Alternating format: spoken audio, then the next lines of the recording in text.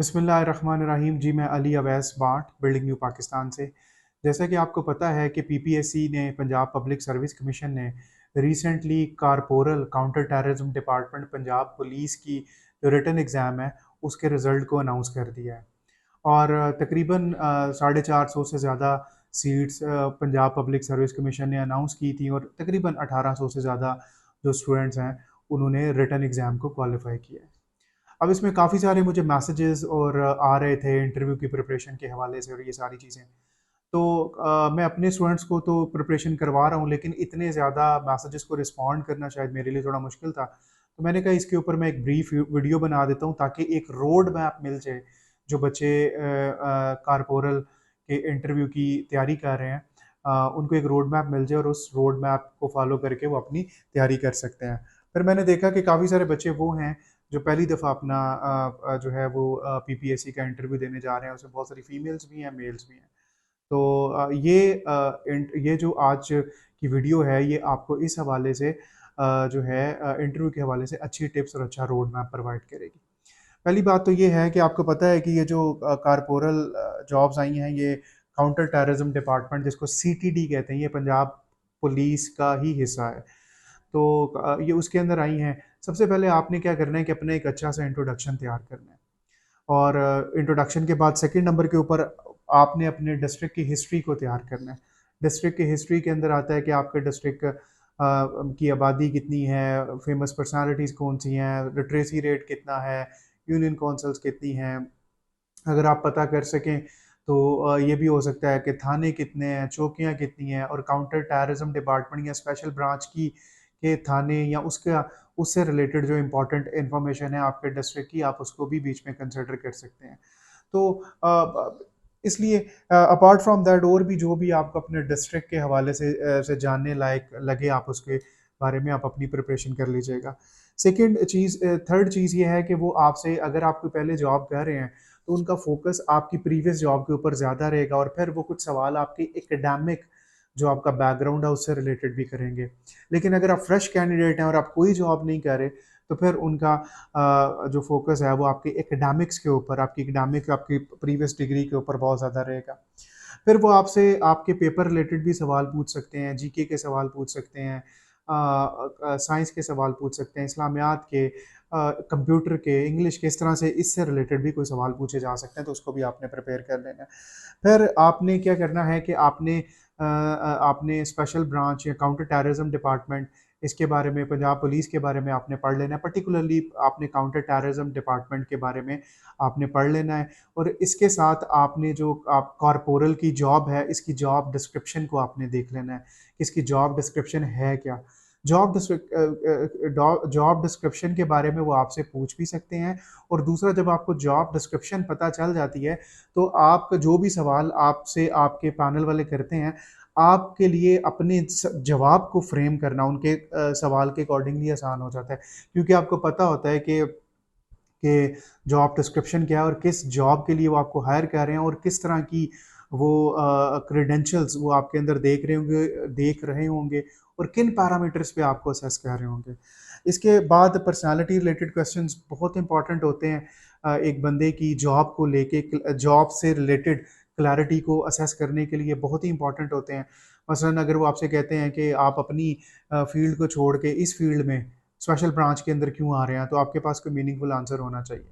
वो हो सकता है आपसे पूछ लें कि आप अगले 10 साल में खुद को कहाँ पे देखते हैं, और आप कहें कि मैं तो सीएसएस का एग्ज़ाम पास करके मैं तो पैस के अंदर आना चाहता हूँ, या मैं तो जो है लोकल गवर्नमेंट के अंदर आना चाहता हूँ, या मैं तो टीचर बनना चाहता हूँ। तो वो कहेंगे कि आप यहाँ पे क्या कर रहे हैं। इस तरह से पर्सनालिटी रिलेटेड बहुत ज़्यादा सवाल होते हैं। आपकी स्ट्रेंथ्स क्या हैं, वीकनेसेस क्या हैं, हॉबीज़ क्या हैं, favourite personalities, hated and so on, काफ़ी सारे और सवाल भी होते हैं और ये बहुत इंपॉर्टेंट होते हैं। मेरी एक वीडियो है अपनी एक स्टूडेंट डॉक्टर ज़ैनब शब्बीर के साथ। अगर आप मेरे चैनल के ऊपर जाएंगे तो वो दो वीडियोस हैं, आपको नज़र आ जाएंगी, जिसमें हमने पर्सनालिटी रिलेटेड क्वेश्चंस के ऊपर इन डिटेल डिस्कस किया है और मैंने इसकी साइंस बताई है, साइकोलॉजी बताई है कि ये सवाल क्यों पूछे जाते हैं और आपको आपने जवाबों को किस तरह से फ्रेम करना चाहिए। मसलन अगर वो आपसे पूछता है कि आपकी स्ट्रेंथ्स क्या हैं, तो आपने अपनी शख्सियत की वो स्ट्रेंथ्स बतानी है जो आपकी जॉब के साथ रिलेट करती हैं। इस तरह से बहुत सारी चीज़ें हैं जो आपको आपको वो दोनों वीडियोस काफ़ी वर्थवाइल लगेंगी, तो आप उन वीडियोस को देख सकते हैं। आपने जो डिफरेंट इंटेलिजेंस एजेंसीज हैं पाकिस्तान के अंदर उनके बारे में भी आपने पढ़ के जाना है, और उनके जुरिडिक्शन, उनका जुरिडिक्शन क्या है, उनका एम्बिट क्या है, वो क्या काम करती हैं, स्पेशल ब्रांच और उनके काम में क्या फ़र्क है, इस तरह की चीज़ें जो हैं वो आपने देख के जानी है। उसके बाद चूँकि काउंटर टेररिज्म डिपार्टमेंट जैसे नाम से ही ज़ाहिर है कि इनका काम जो है वो काउंटर टेररिज्म करना है, इंटेलिजेंस के अलावा टेररिज्म को कॉम्बैट भी करना है। तो टेररिज्म से रिलेटेड ज़रा पढ़ के जाइएगा कि पाकिस्तान में जो हमारे पाकिस्तान के अंदर जो टेररिज्म है वो क्यों है, उसकी इम्प्लीकेशंस क्या हैं और उसको कैसे कंट्रोल किया जा सकता है, और ग्लोबल टेररिज्म को भी ब्रीफली चीज़ों को देख के जाइएगा। इसके अलावा जो पाकिस्तान के नेशनल इश्यूज़ हैं उनको भी ब्रीफली, चूँकि ये बहुत 17 या 16 ग्रेड की जॉब नहीं है, तो इसलिए वो बहुत इन डेप्थ नहीं जाएंगे, लेकिन आपको पाकिस्तान के जो नेशनल के जो डोमेस्टिक इश्यूज़ हैं, जैसे पाकिस्तान में इकोनॉमिक क्राइसिस है, इनकम टैक्स रिफॉर्म्स की ज़रूरत है, गवर्नेंस का क्राइसिस है, पॉपुलेशन एक्सप्लोजन हो रहा है, बड़ी तेज़ी के साथ आबादी बढ़ रही है, इस तरह के जितने भी पाकिस्तान के इश्यूज़ हैं उनके उनके ऊपर अपनी एक ब्रीफली अंडरस्टैंडिंग और ओपिनियन मेकिंग डेवलप करके जाइएगा। फिर जो आपके इंटरनेशनल रिलेशंस हैं पाकिस्तान के, उनको भी ब्रीफली, बहुत डेप्थ में नहीं, ब्रीफली आपको चीज़ों के बारे में पता हो। जैसे पाकिस्तान, और आपने उन रिलेशंस को देखना है जिसको पाकिस्तान की फॉरेन पॉलिसी डील करती है।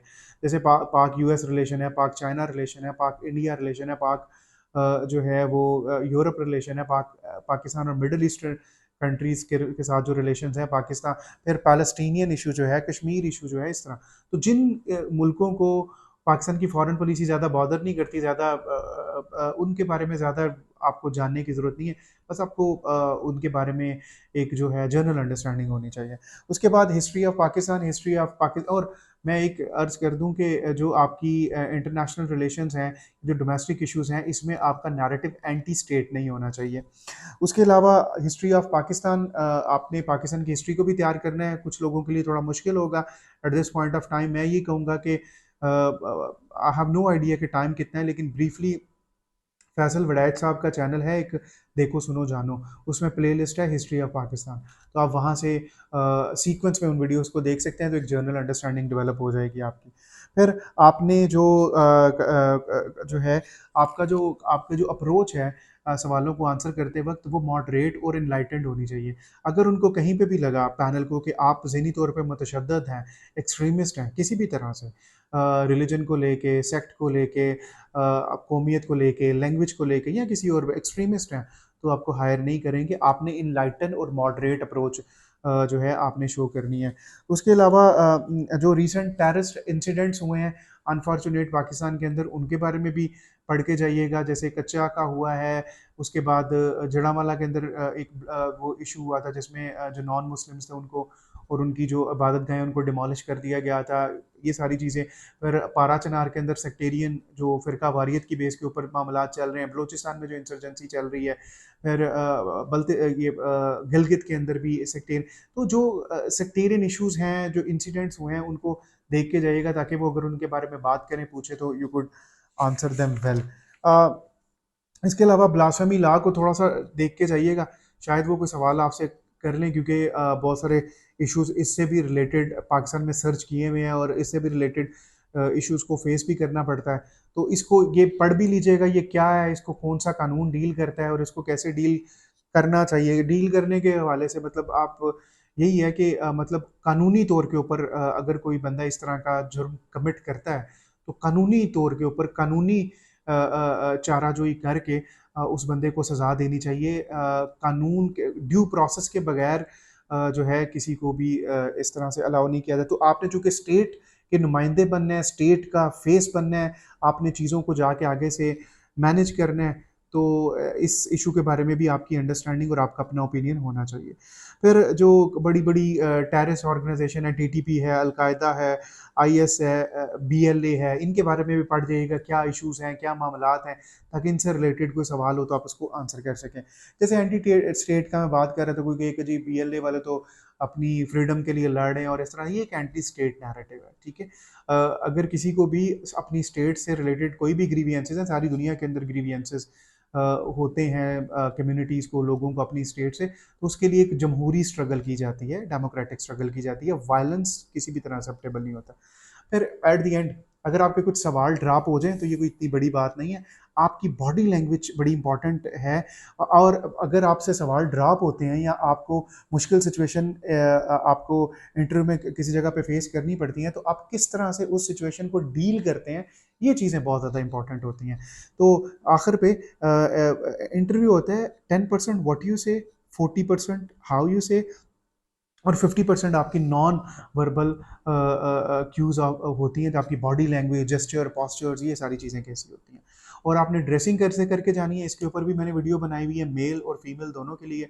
वो वीडियो आप देख सकते हैं, वहाँ से आपको ड्रेसिंग के बारे में, जो बहुत ही इंपॉर्टेंट है, उसके बारे में आपको वहाँ से गाइडेंस मिल जाएगी। तो मैं उम्मीद करता हूँ कि इस छोटी सी वीडियो से आपको एक रोड मैप मिल जाएगा कि कैसे आपने अपने कारपोरल जिन बच्चों ने कारपोरल जॉब के इंटरव्यू को पास किया, उन्होंने जिन बच्चों ने कारपोरल जॉब के रिटन टेस्ट को पास किया, वो इंटरव्यू में किस तरह से अपनी प्रिपरेशन करें और कामयाब हों।